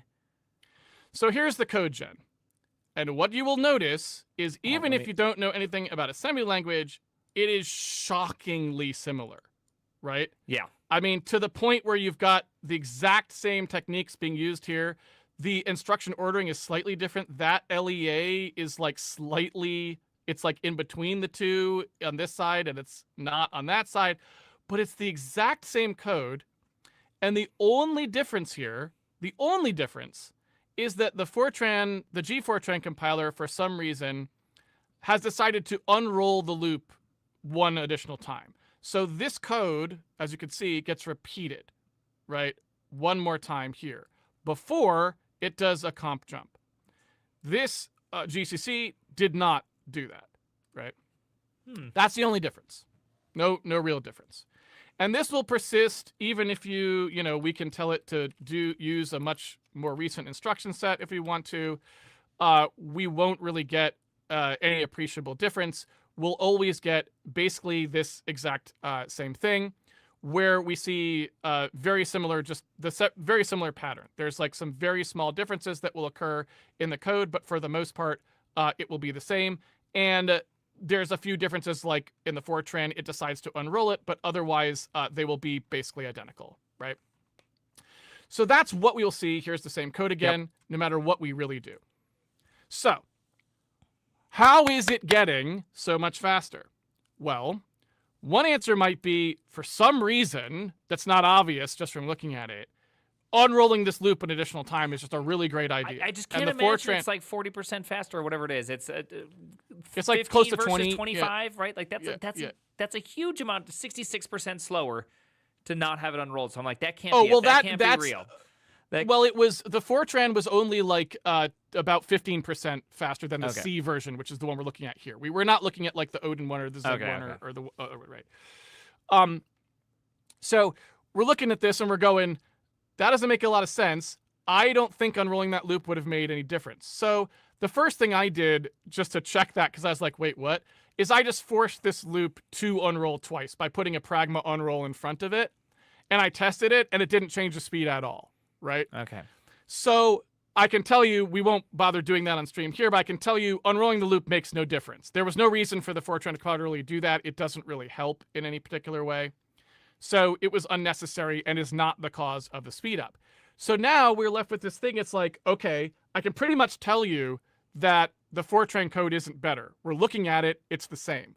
Don't rewrite your code in Fortran, kids, because it's the same. It does the same thing, right? So if you were programming in C, the benchmark already very suspicious because we're looking at the assembly. And again, this again tells you they didn't even spot check it, right? Yeah. Like the people making this benchmark do not even spot check these results. They just publish them and they leave it to other people to do the dirty work for them. It's very irresponsible and I don't like it, right? But let's go ahead and take a look now at what's actually going on then. So I obviously am like, what's the deal here? Because that doesn't make sense to me. I'm like, that can't really be a legitimate thing that's happening. Why are they getting the benchmark results that they're getting, right?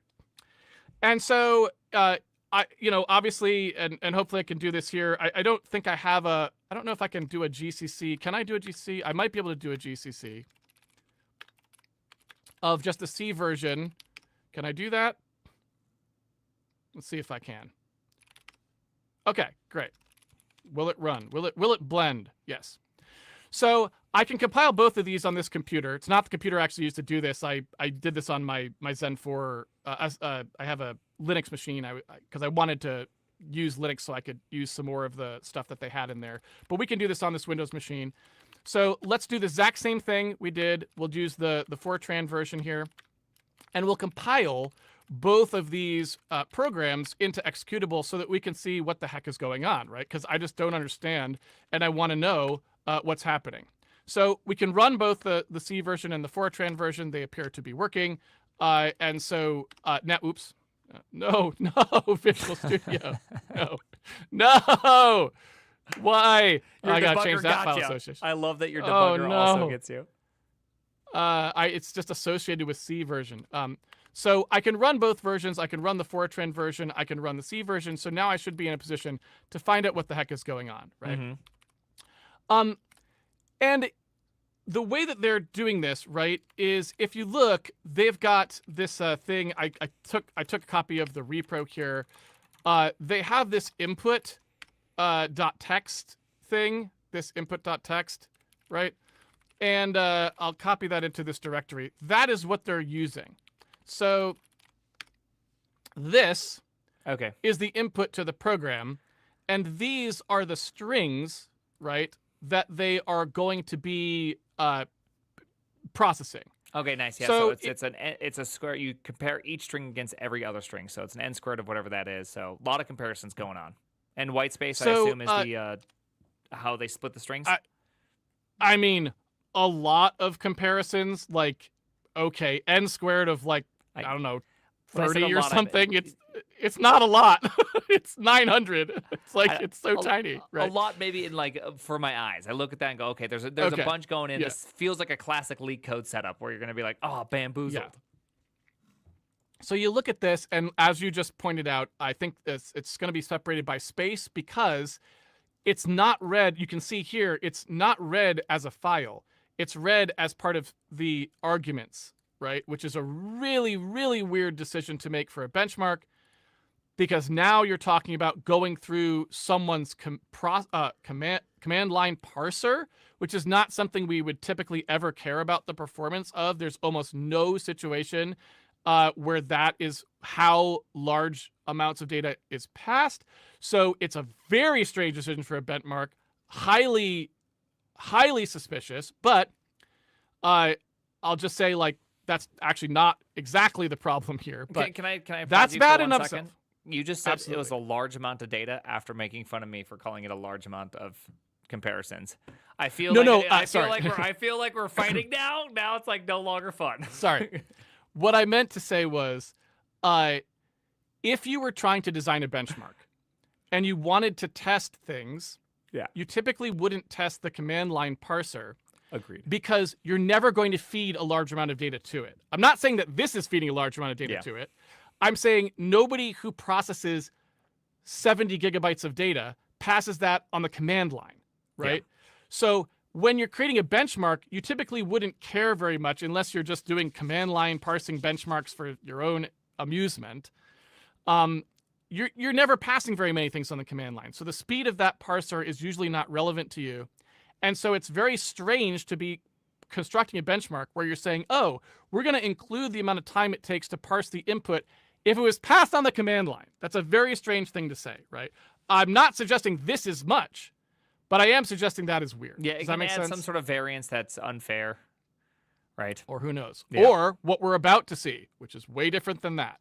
So if we take a look at what happens here, and maybe this won't reproduce. I guess to be fair, I don't actually know, since I haven't done this on Windows before. I only did it on Linux. I don't know if this is a bug specific to macOS and Linux. We'll find out in a second here. But so we have to pass this on the command line to a program in order to get it to run, right? So let me just try to construct something where we do that. For example, if I go back to Notepad here and I make like a batch file or something so that I can, make it a little bit easier to do that. I'll just create something here. I don't know if this will stop me. It probably won't. We'll just say this is going to be run.bat. Hopefully that worked, right?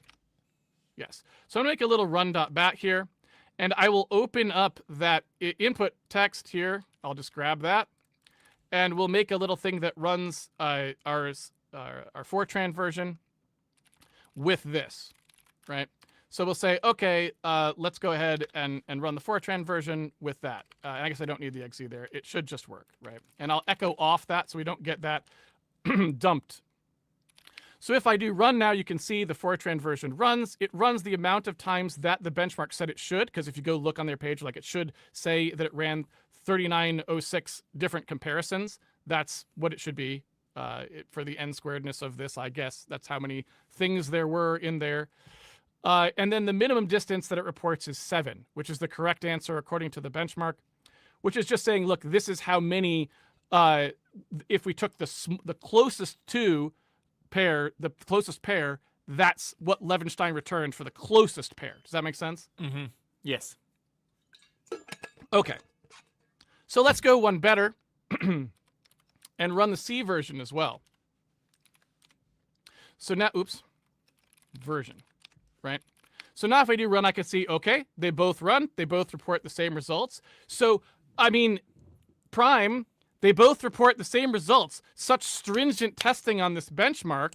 Clearly, the Fortran version and the C version are doing the same amount of work. You must be wrong, Prime. You just don't understand. I want to make up a language just to have it so I can hide in something that just literally prints out the exact answer they're expecting, but it looks really complicated. And then it's just like, oh, my made-up language does it in nanoseconds, buddy. In the compiler. Hide it in the compiler, too, so they can't see it happening. It looks like it's running the regular algorithm, but it just outputs the result, right? Dude, so good. So, anyway, what's going on here? Well, again, one thing that you might start doing now is saying, well, how sure are you that that is actually producing the same answer? Because if all you do is print out the minimum distance, that's not much of a verification now, is it? Yeah. Because all that says is that you correctly computed the answer for the smallest pair. You could have computed the answer wrong for every other pair but the smallest and still been right. You know what I'm saying? Yep. So it makes me go, well, what would happen, right, if I were to ask it to maybe just be a little bit better? And mind you, I have no idea how to program Fortran, so I'm just going to go in here and say, enough, it looks like. Right? I think, no, -1. Do a -1 because your first comparison is a -1. Good point. Yeah. I was thinking I should initialize it to something that would always fail, but that's, they've already done that for me. I was confused why min distance was -1 because I was like, I think I would put that as like max int, right? Like I was already way off. So maybe this, maybe this will work. Prime, what do you think? I don't know. Just copying it in there, right? Get the min distance, get the max distance. I don't know how to program. Let's compile it again. Okay, I love it. Right? Has no implicit type. Uh-oh, we've done something wrong. What did we do? Oh, is it up here? Yeah, there has to be some sort of declaration Here somewhere. we go. Yeah, there it is. Here we there go. it is. Watch us learn Fortran on stream. So Read there we Fortran. go. Right.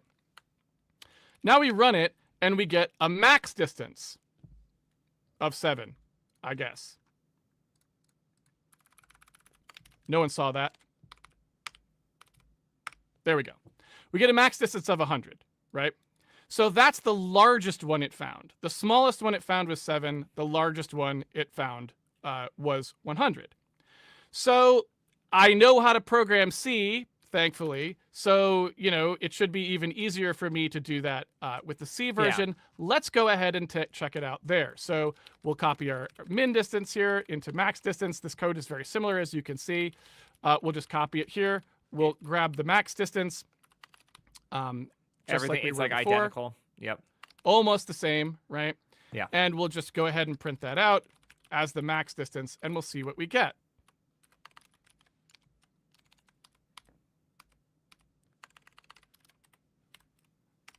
There we go. Gosh, Prime, those don't look like the same numbers, do they? Oh, no. Why is it... Right? Is there 100 in the Fortran program? Is something preventing it from searching very deep? Who knows? Right? Yeah, who knows what's happening, Prime? And I do know, but I'm amping this up for... I love your foreshadowing. Yeah. Because I'm so annoyed, right? I'm so annoyed that someone put this out there and didn't even, they didn't even do validation of the benchmark. They didn't look at the assembly. They didn't look at the validation, right? And then in all this, and then Hacker News and whatever else, right? It's just... Can I throw something out there? Please. I think this just goes to show that as you develop one of these benchmarks and the language web, if you will, gets wider and wider, or the language net gets wider and wider, you start getting these little esoteric languages that are popping up. And I'd call Fortran at this point an esoteric language, or a very unused language. Arcane might be a better term for it. And no one can look at the code and validate it.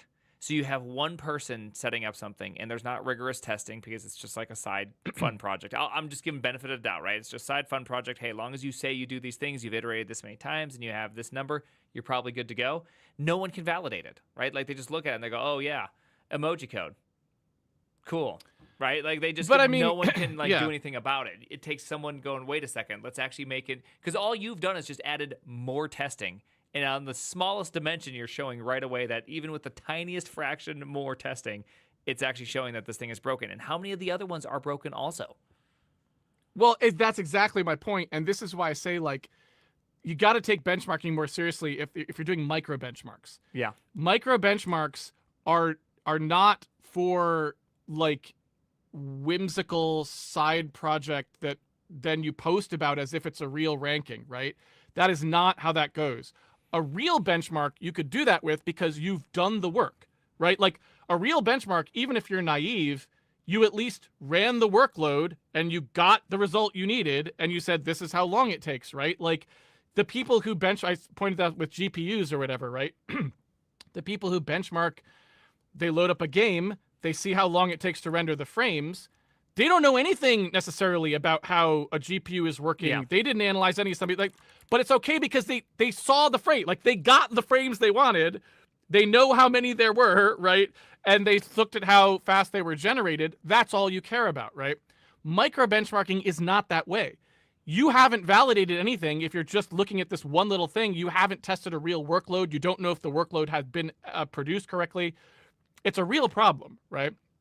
So anyway, starting there, right, and going, well, okay, we've looked at the assembly. We see no reason the Fortran version should be faster. We added a little bit of checking, and it doesn't seem like it's even computing the Levenstein distance properly, so what's going on here?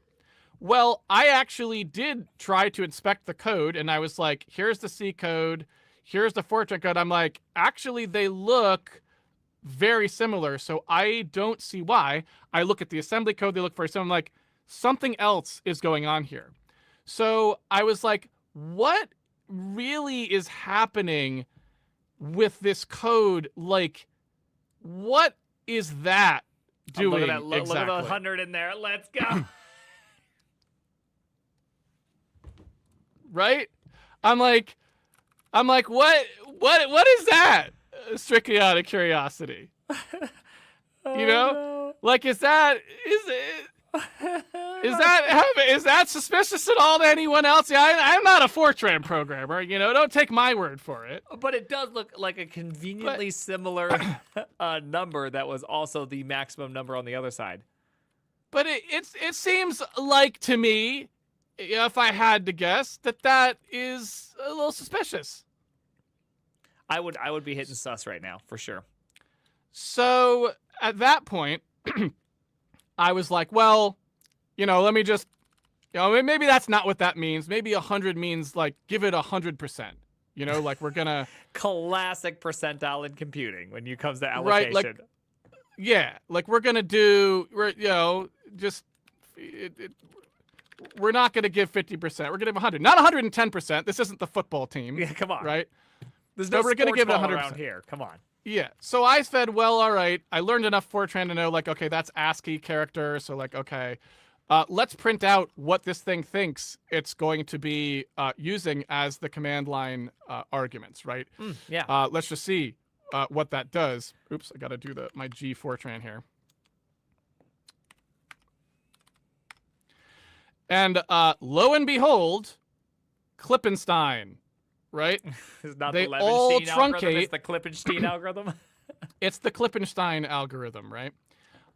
It actually clips its input so that the longer, the strings that were supposed to be really long aren't really long, which of course in an n-squared algorithm is a huge deal, right? Like you were going to use that string, the much longer string, to compare against all the other strings at some point. So you're now reducing that, whatever that maximum length was, you're reducing it quite a bit, right? Oh, this is a thing of beauty. I'm loving it. I'm loving this. Yeah, well, I wasn't loving it. I mean, I love it in the. I'm loving glad it in the sense that it's like it's just got wrecked by just the funniest way. This is like the classic microbyte. Like, what's the HTTP one that they always have? Like the world's fastest HTTP server. And it's like all these languages are always manipulating it to make it like the best possible version. Yeah. So it's just like, this is it again. I mean, he's technically right. You don't even need to allocate the whole string because the reality is that the minimum distance is coming from a small string anyways. Yeah, exactly. Like maybe this was a legitimate benchmark optimization as far as this benchmark's concerned. I have no idea, but holy cow, man, that is sus. So let's take a look now at what actually happens. So let's go get that weird, you know, they've got this really weird, what's the word for it?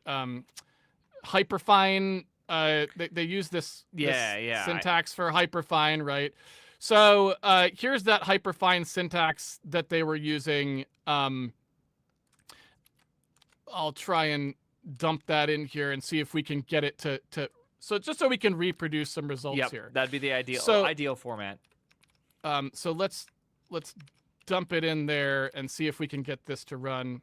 And now I'll go ahead and I'll also, while we're at it, I'll remove that.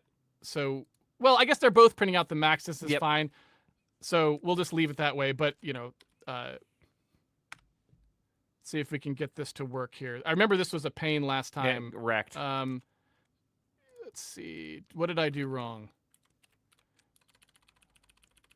Is that not how it works? I didn't see the hyperfine command. I think you're close, though. Here, I'm gonna look right now. Hold on. Okay.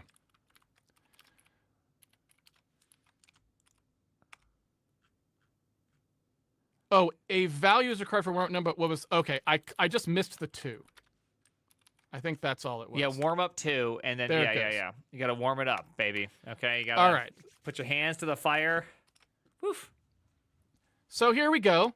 Right, we're running it, and we are reproducing, you know, roughly the same thing as they were getting on that benchmark. Right, the C version is slower than the Fortran version. So as we know, this means you should rewrite all of your mission-critical, performance-critical code in Fortran because this benchmark created by experts for experts is telling you that Fortran is 10% faster or whatever it is on this benchmark, right? Yeah, objectively. Problem solved. Problem solved.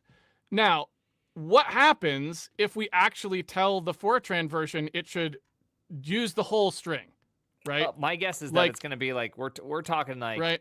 easily into what 28 milliseconds. We're going to be going a lot slower all of a sudden.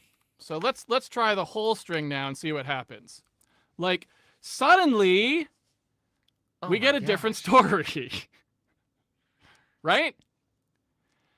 Now our C version is faster than our Fortran version. Why is our C version faster than our Fortran version? Probably because the Fortran version now actually has to do the work that is required of the benchmark, which the C one was doing and the Fortran one wasn't doing before, but nobody bothered to check. Right? Cinema. This is pure cinema right here. So that, right, what happened there is obviously really bad. But again, just to underscore how bad this benchmark is, we really haven't learned all that much. We learned that the benchmark is bad, but we already knew that. But if you go ahead and look at what happens up here, for example, in the Fortran code, there's a lot of stuff like length trim and like these are allocatable, string 1 and string 2. And I don't, and it like this says allocate. So this is doing a dynamic allocation for these two things, for these row buffers here, right? And the C version just uses a stack alloc A, I guess, on here, right? Yep. So again, not really comparing apples to oranges. So this is also misleading because you probably could make the Fortran code go roughly the same speed as the C code if you wanted to, if you just rewrote the Fortran benchmark slightly, because as we saw, the actual inner loop assembly that was generated was the same effectively for both, right? So you know that this is also a lie.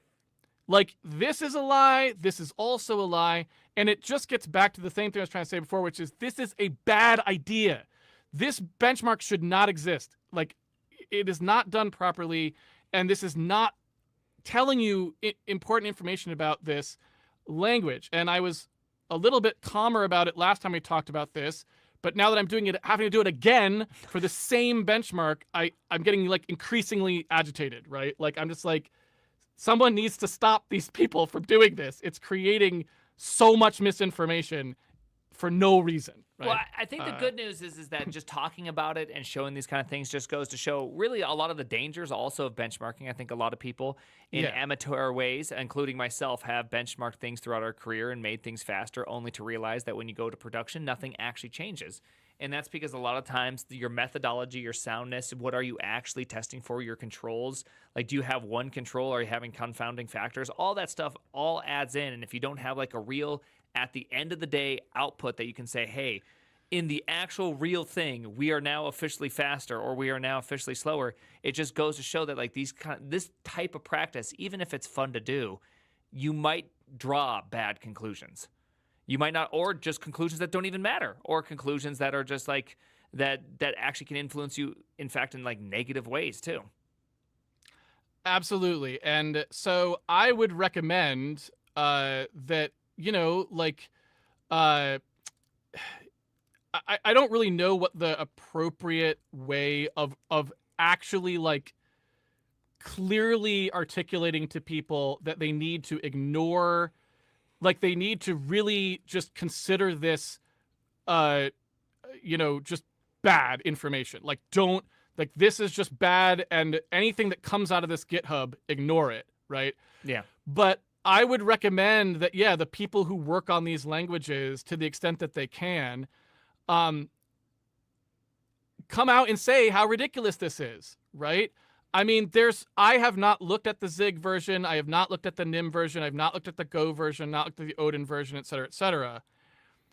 I guarantee you that if we went and looked at them, it is not representative that Fortran is twice as fast. Even after fixing that bug, there's no way that Fortran, or C for that matter, is massively outperforming these other languages legitimately. That is not a very likely outcome. Does maybe Zig have some bug in some code gen thing somewhere that's causing this to happen on just this benchmark? That could be, right? They could also be just programming it differently too. They could just be programming it incorrect. There could be things about it because if we open up the benchmark, Exactly. If we open up the benchmark, it might just be a garbage implementation in Zig. And that is not representative of what the performance of that language is going to be when you actually use it, which is why this is such a bad thing to be publishing. No validation. Like, you need to validate the benchmarks. You need to validate the quality of the implementations and ensure that they're all roughly the same, right? They have to be good quality ones. And it's not sufficient to just say, like, well, it's the responsibility of the Zig community to contribute a well-written, but no, it's not. Because if you're the one publishing this benchmark, it's your responsibility to make sure you've got a good Zig one. And if you don't have a good Zig one, don't include it on the list. Right? Yeah. Or if you don't have the confidence that you even know it's a good one. Yes. So it's irresponsible. And so I feel like the other language maintainers should come out and say this definitively. People should very clearly state that this is a bad benchmark and people should not be looking at it. Yeah, I wanted to see. I'm trying to see how to compile Zig in release mode. Because it's not going to use O3. It's O release. There we go. Yeah, I don't have a lot of experience. Like, I knew it wasn't O3. Let's see if it's O release. Knowing what the right compiler flags are going to be for, did you make the Go sample correctly? I just don't know. But for the languages I spot verified, I was like, oh, this is a mess. Yeah, because the only thing that I see about the Zig one that could be potentially causing a little bit of a goof to it is that it's doing, it has a min that's calling another min instead of doing the little min three-way that they had in the C one. Maybe that one's just not getting inlined as well. Yeah, that stuff like I said, haven't looked into, but it would be shocking to me to find out that on code this straightforward, where basically all the language has to do is hand a trivial block to LLVM for compilation. I just refuse to believe that they've messed up something so badly in, one of these like native languages, right?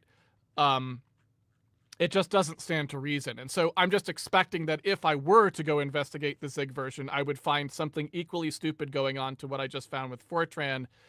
And that the reason that it's slow is not because inherently you can't write a Levenstein distance loop in Zig and have it compiled to the exact same block of code we just saw C and Fortran both generate. Yeah.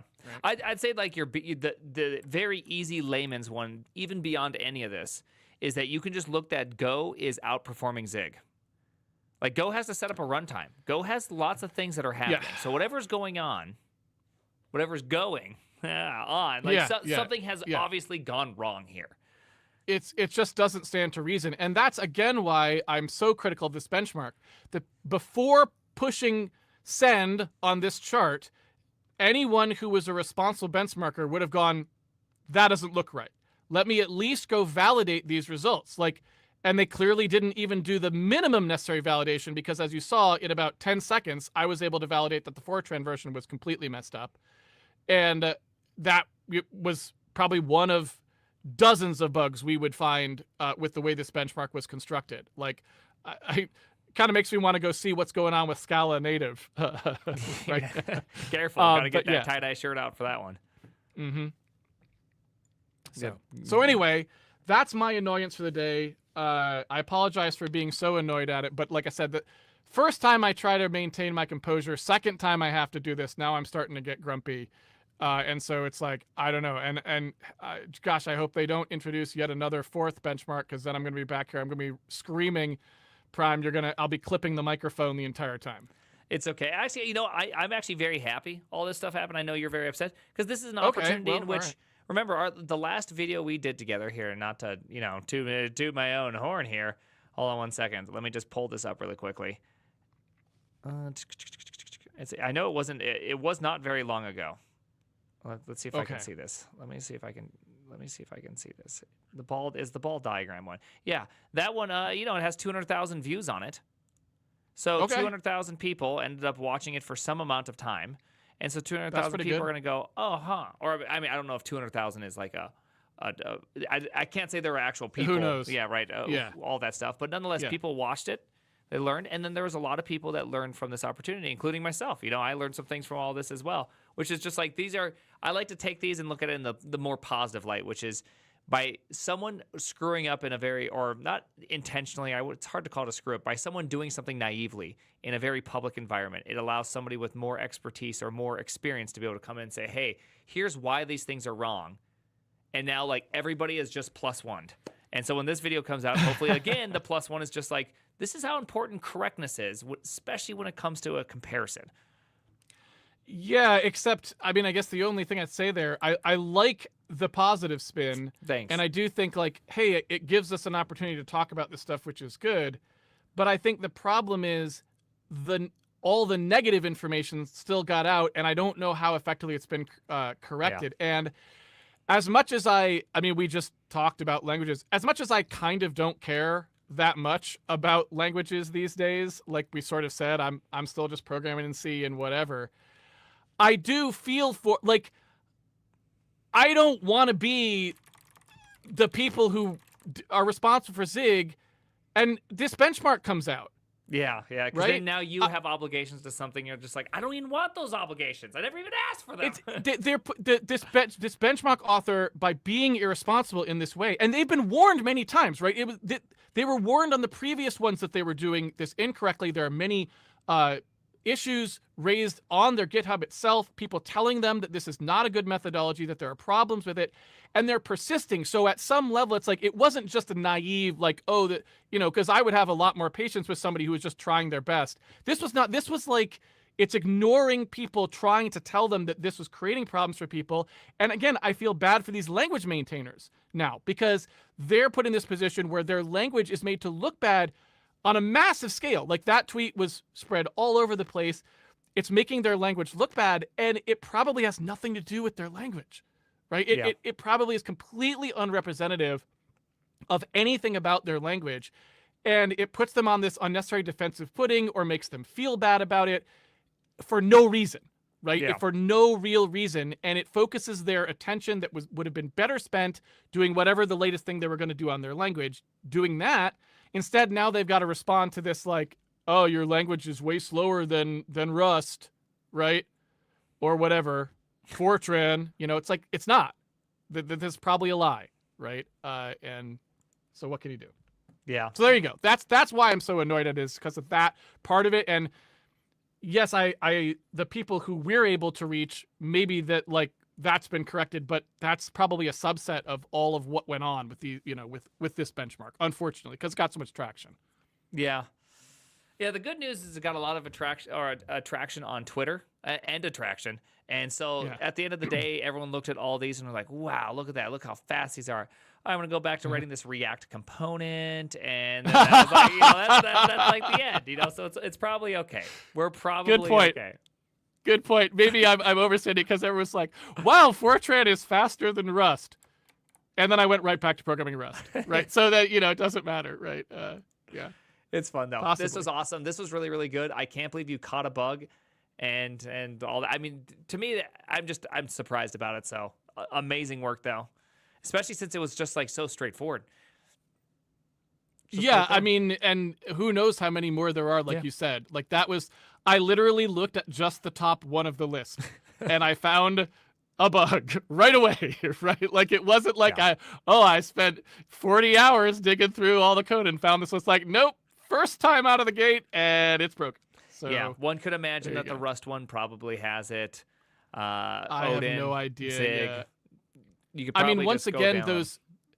One of the problems, again, with testing like this is those millisecond times are really way too low if you're looking at command line startup times, because all languages have to make trade-offs in that regard about how they're going to do, what kind of memory provisioning they're going to do, what kind of thread stuff they're going to start up at runtime, and all this other sort of stuff. And when you're talking about low millisecond times like that, a lot of times the startup hasn't been optimized to try and get that down for situations where you want extremely fast command line turnaround. Now, that's not to say that I don't think a very mature language should probably have ways of adding some directives to make sure that your startup time is as fast as possible. Absolutely, that's a good thing to have. Do I think that's an important thing for Ginger Bill to be worrying about on Odin right now? No. It is the least important thing for him to be worrying about because 99.999% of programs don't care if their startup has an additional 10 milliseconds in it because most of them are load and long run, right? Yeah. Most of them aren't like a compiler where like the turnaround time on the command line is something we're actually measuring. Most of them are like this application. You're running EmberGen. If you can spend an extra 10 milliseconds at startup to get you a bunch of performance or to get you a smoother thing happening later on, that's a good trade-off. And you don't want to bias against that because most programs would rather have the latter. And so again, even if we assumed there were no bugs, one of the problems is this is not enough work to be timing on a startup, run, and exit benchmark because you're starting to get into a lot of OS things, page fault things. There's all these other sorts of things that you might be looking at there depending on what the language has to do when it starts up.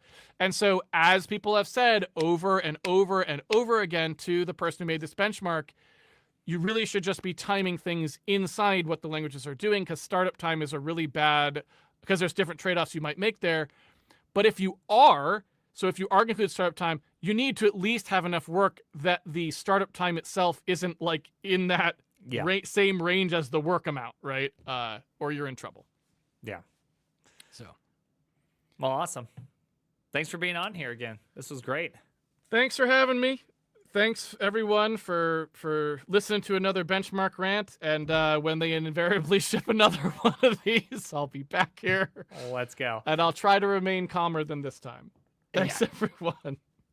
Well, this is very exciting. I feel like there's, I don't know if I could give my hand at making these any faster, but it kind of feels like there's a lot of just a funness in there just to go look at because I just don't even understand why they're different. And so it just seems exciting. Yeah, and ideally that's what a benchmark maintainer should be doing. That's their job. They should be looking, and this is why when I tweeted at this and when I first complained about it, I said, please stop pushing benchmarks without the analysis. You got to have the analysis, right? Yeah. If you do this benchmark and then you go find out why each one is the speed it is, that's so valuable, right? If you just post this and go like, YOLO swag, that's completely useless because, maybe you're just mostly benchmarking bugs, and it turns out that's exactly what's going on here. It is. All right, awesome. Well, thanks, Casey. Thank you. Pleasure being on the show as always. Thanks everyone for tuning in. I forgot the most important part. What computer enhance? Computer enhance? Because how did you get all of this valuable and amazing knowledge? There must be a place in which I could go to get this. If you want to sign up for Computer Enhanced, this is what we do there. If you want to learn to read that assembly language and know why I looked at it and said it looks pretty good, well, this is where you go. This is where you go to find me. This is what we do all day over at Computer Enhanced. So yeah, check it out if you want to learn that stuff. I imagine most of your viewers know that by now, but thank you for the plug, Prime. I do appreciate it. No problem. It's awesome stuff in there. I still get the emails, and I look at them. I'm like, ooh, I want to look at that one. I want to look at that. I just find I don't even have enough time to look at all of them. They're so good. It's a embarrassment of riches. An embarrassment of riches. It is. It really is. All right. Well, thanks, Prime. Have a good one. Enjoy the rest of the stream. Bye-bye. All right. Now we got that awkward. We're both trying to leave, but we're not quite leaving yet. Here we go. There we go. He got out first. There we go. Hey, that was great, huh? Hey, that was pretty great. Can we just say that was pretty great? Can we also say that I expect, obviously, Ginger Bill to be on the hook for, I expect Ginger Bill to be on the hook for this language thing. Hey, Ginger, your ball performance, girl, nobody likes your ball performance. I just want to let you know that. I would like to see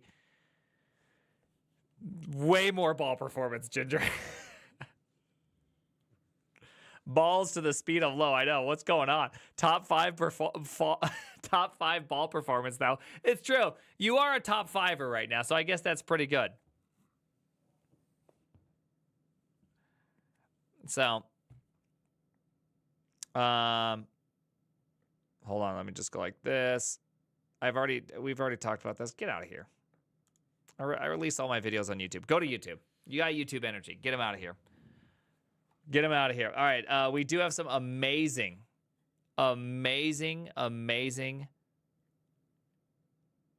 TTSs. Who could possibly know? La. Unhandled balls exception. It's true. We're having some serious unhandled ball exception going on right now. Did you guys like my little play thing right there? Yeah, that's pretty exciting, huh? Some tats, yeah. $5 a month. I know. I'm a big ball haver, dude. Big ball haver. Honestly, I was expecting J Bill to have some serious balls in this race, but all of a sudden, I mean, guys only like top 5. Dude, J Bill, you're not even on the stands, okay? What was the one? I think the guy looks like a Russian guy. The one that's like biting the metal and shaking all that. You know what I mean? He's like shaking it at him. And then it's just like he's on the stands and he's further down. Dude, the real crazy part is the fact that Go was doing so good. Like that should have been, I mean, for me, I do not claim to be an expert at all in any of these categories, but the moment, oh my gosh, where is that? Where is the Levenstein? Shake weight energy vibes. Yeah, dude, I was given some, okay, I don't even know where the ball diagrams are. Let's see, corresponding visuals. Oh, there they are. This interview brought to you by Terminal.shop. That's Amazingly awesome products for developers. Brought to you by a group of talented, good-looking, and humble heroes. Terminal.shop. Hell yeah, Code Girl. Thank you for that. Actually, who sent that? I'm just saying, thank you. Hey, Ram, appreciate that one. But let's see. I mean, again, this is, I do this I've said this probably like, 900 times on this stream by now. The biggest dead giveaway that something is wrong is when you see something like this outperforming something like this. Like this should not be possible in real world situations. Theoretically, it should not be possible. Or like this, Dino being here, but like these two, like what's going on here? They should be roughly equivalent. And since they're not roughly equivalent, well, actually, I mean, I guess you could argue that these two should be more roughly equivalent to Dino and Node. But you can even see here, like that's a big difference. That's almost a 20% difference going from Dino to Node. And so it's like they're both using V8. They literally are using the same thing underneath the hood to run the program. So how is it that big of a difference? Julia is fast. Where is Julia? Wait, where is Julia? And Ruby Julia is so slow, lol. Wait, isn't Julia considered like one of the fastest languages out there? I thought Julia was like a really big up and coming balls. Thanks, Randall. Really appreciate that. Julia is super fast, but startup time is a drag. Oh, okay. So Julia is super fast, and then that's the problem. Balls. Let me play that one again. That one was just a delicious one. Let me get that one in there. Balls. Thank you. Yeah, really big up and coming balls. I know, blasted me in the ear. It was with the balls. Sorry, sorry. I didn't realize how heavy those balls were. That was a lot. Let me try it now. Balls. There we go. Thanks. Notice that they say them differently each time. Balls. Balls. Because it's actually re-requesting. It's actually re-requesting the data from 11 Labs. I got some optimizations to make. You know what I mean? We got some optimizations. Anyways, okay, let's go to twitch.tv and I have it on light mode. We're light moding